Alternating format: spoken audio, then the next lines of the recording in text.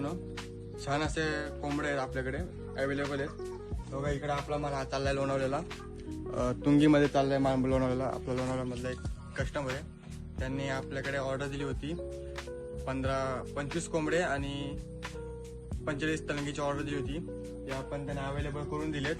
छान अशा तलंगी आहेत अंड्यावरच्या कोंबड्या, ज्या की तिथं गेल्यानंतर 15-20 दिवसात ते अंडे घालतील. अशा तलंगी आहेत आपल्याकडे, चांगले अवेलेबल आहेत.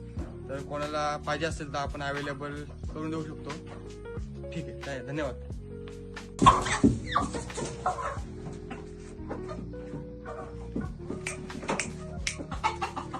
तर हे आपले कोंबडे पोचलेले आहेत आता इथं.